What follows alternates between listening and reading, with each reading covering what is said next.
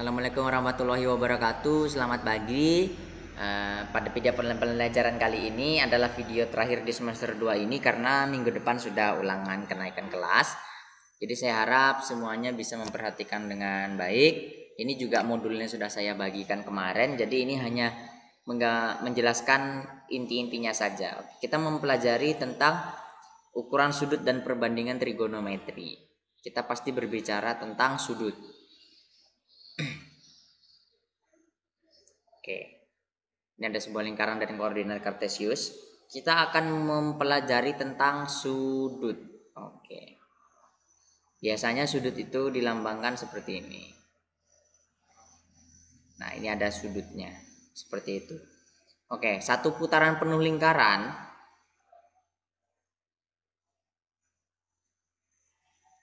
itu adalah 360 derajat. Dan di dalam lingkaran kita juga mengenal pi dalam ukuran sudut, pi radian itu adalah 180 derajat. Dimana ini beda ya dengan V untuk mencari luas lingkaran. Kalau V luas lingkaran kan 22/7. Nah ini bukan. Ini adalah besar pi dalam ukuran sudut. Nah, selanjutnya kita akan mempelajari, kalau kita mempelajari trigonometri kita pasti tidak akan lepas dari yang namanya segitiga siku-siku. Oke. Di sini ada siku-sikunya. Kemudian di sini ada sudutnya, sudut A misal alfa misalkan. Oke. Ini adalah sisi samping. Ini adalah sisi depan dan ini adalah sisi miring. Dan perbandingan trigonometrinya adalah sin alfa, berarti itu depan miring. Depan per miring. Oke, kemudian cos alfa adalah samping miring.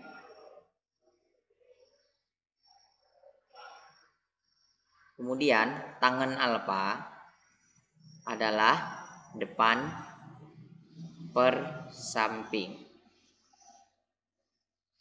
Kemudian ada kosekan alfa, itu adalah miring depan, kebalikan dari sin. Kemudian ada sekan, kebalikan dari cos, jadi miring per samping. Kemudian ada kotangen, kebalikan dari tangen, jadinya samping per depan. Oke, contoh. Di sini ada sebuah segitiga siku-siku. Di sini ada 3, di sini ada 4, sini ada 5. Oke, di sudutnya di sini. Berarti sin alfa, apa sin alfa tadi? Depan miring, berarti depannya adalah 4/5. Cos alfa adalah samping miring, sampingnya adalah 3, berarti 3/5. Tangen alfa, depan samping, berarti 4/3. Kosekan alfa, miring depan, berarti 5/4. Sekan, miring per samping, berarti 5/3. Kemudian yang terakhir kotangen, depan samping depan, berarti 3/4. Seperti ini aja untuk menentukan perbandingan trigonometrinya pada segitiga siku. Kemudian kita lanjut untuk kita ada beberapa sudut-sudut istimewa yang seharusnya kalian juga tahu atau hafal. Saya tuliskan tabelnya. Sin, cos, dan tangen. Jadi kita mulai dari 0 derajat, kemudian 30 derajat, 45 derajat, kemudian 60 derajat, dan terakhir 90 derajat. Ini seharusnya kalian hafal ya, seharusnya. 0, setengah akar 2, setengah akar 3, 1. Ini kebalikan. Cos ini mulai dari 90 kebalikan. Kalau ini kan dari kiri ke kanan, sekarang kanan ke kiri, berarti 0, setengah akar 2, setengah akar 3 satunya di sini. Nah, kalau tangan tinggal kalian bagi 0 dibagi 1 itu 0, setengah dibagi setengah akar 3 adalah sepertiga akar 3, setengah akar 2 bagi setengah akar 2 adalah 1, setengah akar 3 bagi setengah adalah akar 3, 1 bagi 0 itu tidak terdefinisi. Oke, seperti itu aja. Jadi ini harus hafal sebenarnya. Karena ini adalah ukuran sudut istimewa trigonometri dan ini yang paling sering keluar di soal-soal ujian. Harusnya hafal. Oke, itu untuk perbandingan trigonometri singkatnya saja karena ini adalah pembelajaran terakhir. Kemudian selanjutnya perbandingan trigonometri untuk beberapa kuadran. Oke. Ini adalah koordinat kartesius.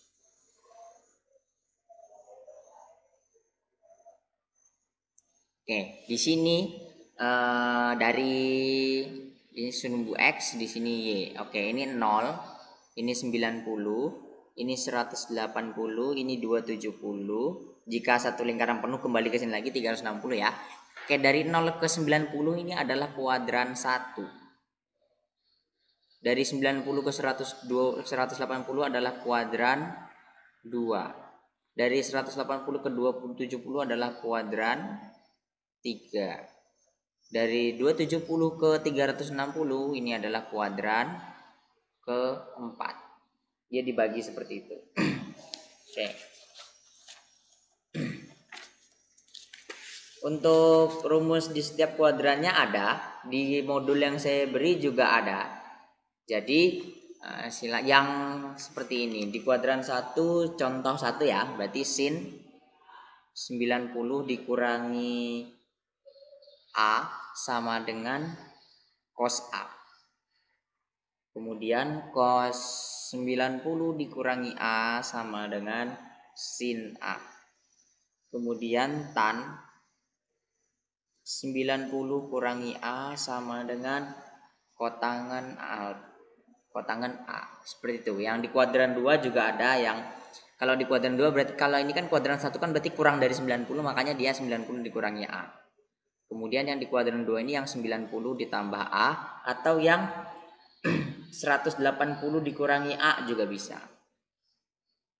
90 derajat ditambah A sama dengan cos A. Kemudian cos 90 derajat ditambah A sama dengan min sin A. Nah, ada di modulnya, silahkan dicatat. Ini adalah rumus-rumus setiap kuadran dari trigonometri. 90 derajat A sama dengan min kotangan alfa dan seterusnya ya, kuadran 3 dan kuadran 4. Oke, untuk di kuadran 1 ini nilai sin cos tangannya itu positif. Untuk di kuadran kedua nilai sinnya ini positif, nilai cosnya negatif, nilai tangannya negatif. Untuk di kuadran ketiga sinnya negatif, cosnya negatif, tangannya positif. Di kuadran 4 sinnya negatif, cosnya positif, tangannya negatif. Seperti itu. Oke, itu untuk sederhananya aja. Yang penting kalian rumus di setiap kuadrannya ini silakan dicatat aja. Ada juga di modul sudah saya kasih lengkap. Kemudian kita akan memasuki ke identitas trigonometri. Ini biasanya sering keluar kalau kalian mau masuk ke perguruan tinggi ujian terbuka UTBK, SBMPTN. Biasanya pembuktian trigonometri ini sangat sering ditanyakan. Jadi saya kasih sedikit aja identitas trigonometri. Sin A sama dengan 1 per kosekan alfa, kemudian cos alfa sama dengan 1 per sekan alfa, kemudian tangan alfa sama dengan 1 per kotangan alfa, tangan alfa sama dengan sin alfa per cos alfa, kemudian kotangan alfa Oke, kita lanjut. Kotangan alfa jadinya cos alfa dibagi sin alfa. Sebenarnya banyak identitas trigonometri ini, tapi saya kasih yang umum-umum aja. Sin kuadrat alfa ditambah cos kuadrat alfa sama dengan 1. 1 ditambah tan kuadrat alfa sama dengan secant kuadrat alfa. 1 ditambah kotangan kuadrat alfa sama dengan kosekant kuadrat alfa. Yaitu identitas trigonometri yang umum untuk menyelesaikan identitas trigonometri atau pembuktian-pembuktian. Oke. Yang terakhir saya akan memberikan aturan sinus, aturan kosinus, dan luas segitiga.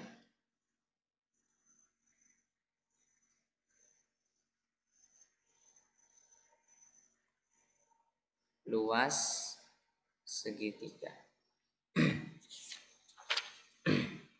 Oke, kita akan aturan sinus dulu. Aturan sinus ini perbandingan aja. Jadi alfa per A per sin A sama dengan B per sin B sama dengan C per sin C. Habis ini saya cari soalnya.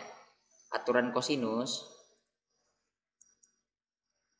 ala kuadrat ini juga sering keluar, tambah C kuadrat dikurangi 2BC cos A. Kemudian B kuadratnya berarti A kuadrat ditambah C kuadrat dikurang 2AC cos B. C kuadrat sama dengan A kuadrat ditambah B kuadrat dikurang 2AB cos C. Oke, luas segitiga. Luas segitiga diketahui 2 sisi dan 1 sudut. Rumusnya adalah yang pertama, jika yang diketahui sudut B dan diketahui sisi B dan C, jadi setengah kali BC dikali sin A. Luas 2-nya kalau diketahui A dan B misalkan, jadi setengah kali AB kali sin C. Luas 3 kalau yang diketahuinya berarti A dan C, berarti setengah kali AC dikali sin B, seperti itu. Contoh soalnya. Oke. Misalkan ada sebuah segitiga.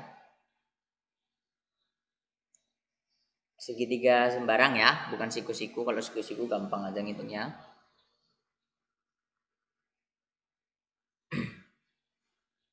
Dan 45 derajat. Oke. Sorry ketinggalan 1. Di sini kalau luas segitiga 2 sudut 1 sisi. Ini terakhir. Berarti luasnya yang pertama itu bisa A kuadrat dikalikan sin B dikalikan sin C per 2 sin A.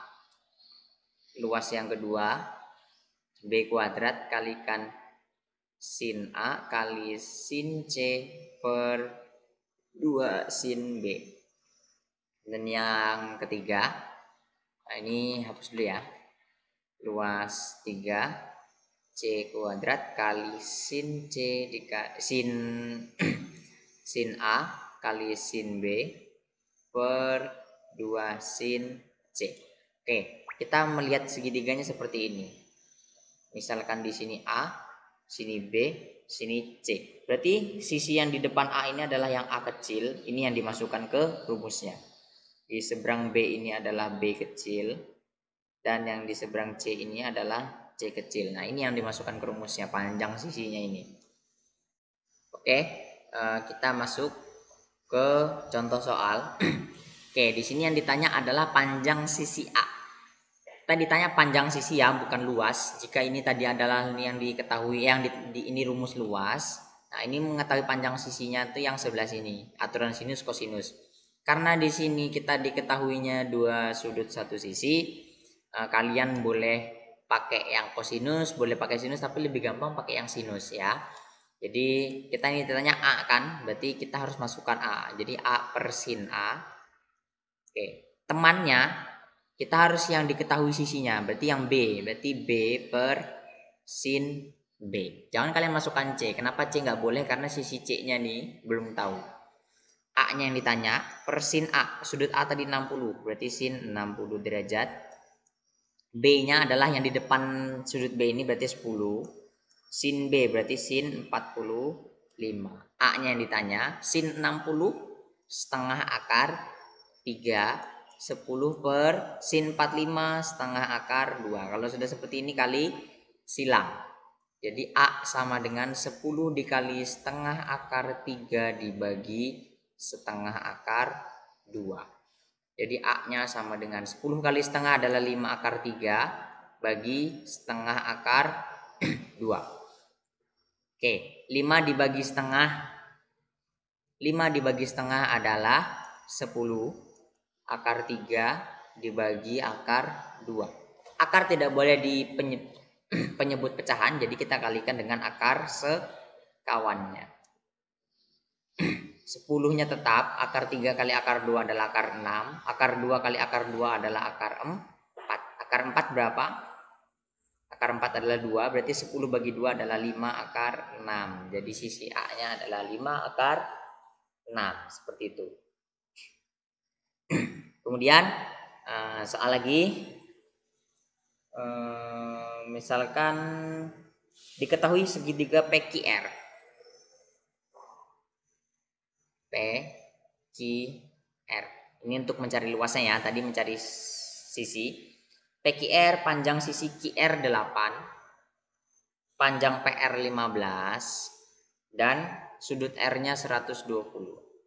Oke. Di sini dua sisi, satu sudut, berarti luasnya adalah yang ini. Terserah. Lihat kalian mengetahuinya P dan Q. Berarti otomatis kalian pakai yang luas kedua ini. A, B, C-nya tinggal diganti dengan PQR. Berarti pakai yang ini ya.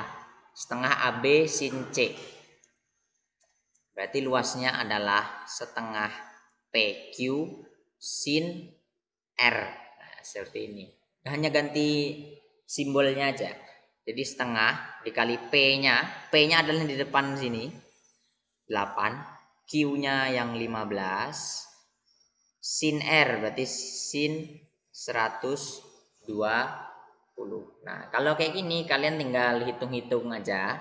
Setengah dikali 8 adalah 4 dikali 15 kali sin 120. Untuk 4 kali 15 adalah berapa? 4 kali 15? 60. Sin 120. Sin 120 kalian hanya tinggal lihat di rumus kuadran ini tadi. Sin 120 berarti ini sekalian pengaplikasian dari rumus kuadran tadi ya. Ambil yang ini. Sin 90 plus A sama dengan cos A.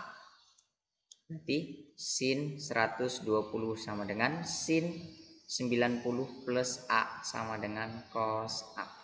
120 kan? Berarti 90 ditambah berapa jadi 120? Jadi 90-nya ini ditambah 30. A-nya berarti berapa? 30. Berarti sin 120 itu sama dengan cos 30. Cos 30 tadi berapa? Berarti sin 120 itu sama dengan cos 30. Setengah akar 3. Ini gunanya rumus di kuadran tadi. Jadi di sini dikali setengah akar 3. 60 dikali setengah 30 akar 3. Jadi luas segitiga ini adalah 30 akar 3. Itu pengaplikasian dari mencari panjang sisi dan mencari luas dari sudut atau sisi yang diketahuinya. Itu saja pembelajaran trigonometri hari ini. Semoga bisa dipahami dan semoga semuanya sukses di ulangan kenaikan kelasnya. Jangan lupa kerjakan dan kumpulkan catatannya. Salah hilap mohon maaf. Wassalamualaikum warahmatullahi wabarakatuh.